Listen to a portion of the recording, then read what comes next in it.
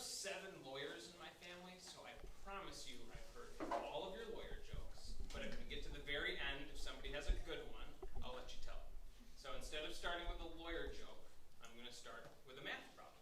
So this is a middle school math problem. Okay, so rich guy dies with $10 million in his estate. And in his will, he leaves a fifth to his wife, a fifth to his son, a sixth to his maid, and the rest to charity. So what does everybody get? A lawyer. So hopefully that was a new estate planning joke for you. I practice primarily in the area of business and estate planning. We've been practicing for almost 10 years. And so we're here today to talk about 4 things. Number 1, what is estate planning? Number 2, what is it for? Number 3, what are your options? And number 4, what happens if you do nothing? And we're going to talk a lot about how doing just a little bit is a heck of a lot better than the alternative.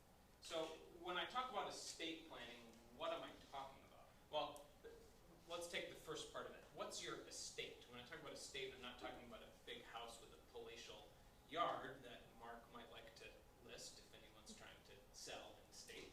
No, but I'm talking about all of your assets. Real property, personal property, investments, life insurance, proceeds, 401k, 403b, your cars, everything. That's what comprises your estate. And so when we talk about estate planning, we're talking about planning for that estate, both during your life and after you die. And one of the common misconceptions is that estate planning is just for the rich, or just for business owners, or just with people whose situations are more complicated than however you perceive yours to be. And that's absolutely not true.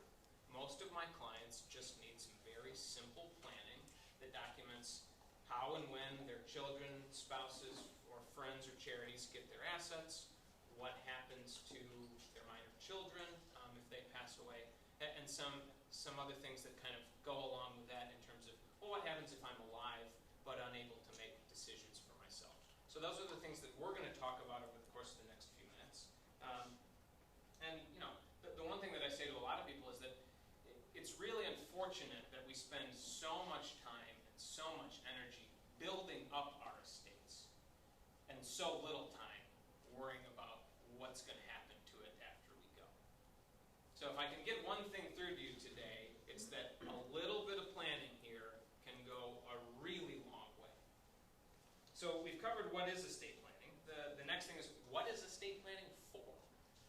Number 1, naming beneficiaries on who gets your stuff after you die. Is that your husband? Is that your kids? Is that your parents? Is that your church? Is that your favorite charity? Number 2 is determining how and when they get those. I have 2 little kids at home. I don't like the idea that on their 18th birthday they get all of the money that I hopefully will someday be able to leave them. Number 3 is, who's going to manage that?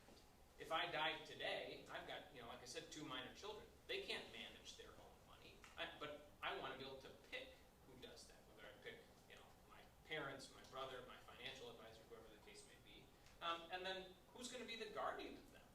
Because if I don't pick, that means somebody else gets to pick. And I don't really like the idea that my parents and my wife's parents would be fighting